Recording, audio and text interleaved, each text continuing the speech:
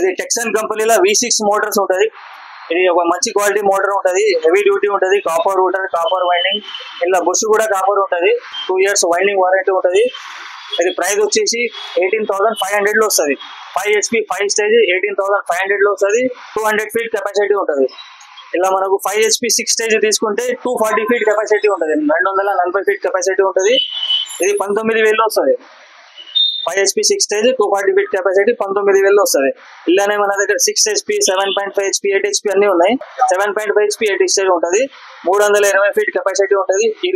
ఇది ప్రైస్ వచ్చేసి 21,500 లో వస్తుంది. Copper rotor, copper winding, bush కూడా కాపర్ ఉంటది.